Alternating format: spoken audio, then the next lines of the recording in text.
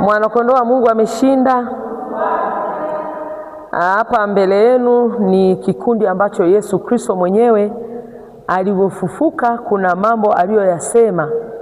Kwa hiyo kila mtu ana uwezo wa kusimama kwa ajili ya jina la Yesu mahali popote na kwa wakati wowote, ili mradi tu asikiuke mfumo wa dini yake au taratibu za nchi. Kwa hiyo sisi hapa tunatumia kitabu kile cha Marko 16 mstari ule wa 14 na 15, anasema baadaye akaonekana kwa wale 11 waliokuwa wakila, wakamkemea kwa kutokuamini kwao, kwa ugumu wa mioyo yao, kwa kuwa hawakuwasadiki wale waliomuona alipofufuka katika wafu. Akawaambia, enendeni ulimwenguni pote mkahubiri injili kwa kila kiumbe. Haleluya.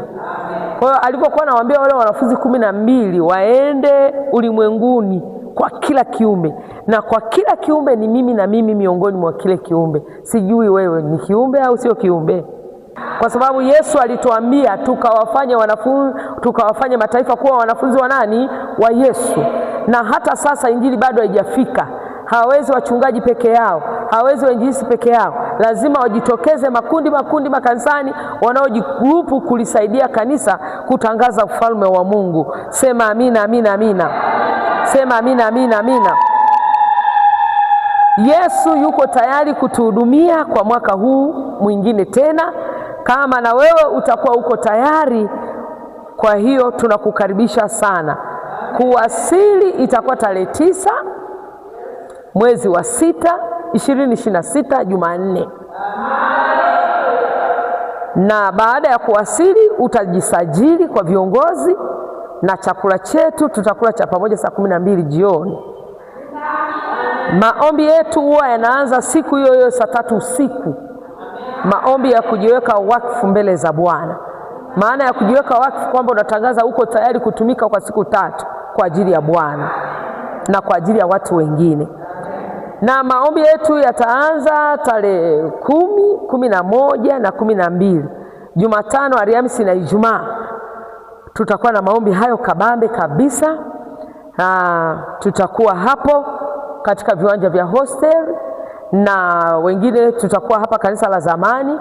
Kama watu watakuwa wengi, tutahamia kanisa letu la zamani, tutalitumia. Haleluya. Nauli ni kujitegemea. Nauli kwenda na kurudi ni kujitegemea. Chakula kitakuwepo, kitatolewa bure. Mahali pa kulala bure, isipokuwa nauli. Na tuwaombe kwa mwaka huu washiriki wote, hakikisha umepima mapema magonjwa. Kama una malaria, kama una mafua, hakikisha umejitibu. Sio unafika kambini unaanza jino, kumbe jino umetoka nalo ulikotoka, mara homa. Hakikisha umeshajitibisha. Ile dharura fumanizi hatuikatai, lakini hakikisha kila mshiriki atakayeshiriki hakikisha ameshapima mwili wake, ili usiingie kambini ukiwa una pancha. Bwana asifiwe sana. Haleluya, haleluya. Mlango uko wazi kwa yeyote ambaye anaweza katusapoti. Anaweza katuma sadaka yake. Unaweza ukaja kwa huyu anayerusha live, unaweza ukamuona yeye, ukaenda inbox, atakupatia namna ya kuwakilisha hiyo fedha ili tuweze kulipia hosteli, ukumbi, kukodi magodoro, kununua chakula. Ila washiriki wote ni bure, ila bado tunahitaji fedha. Kwa hiyo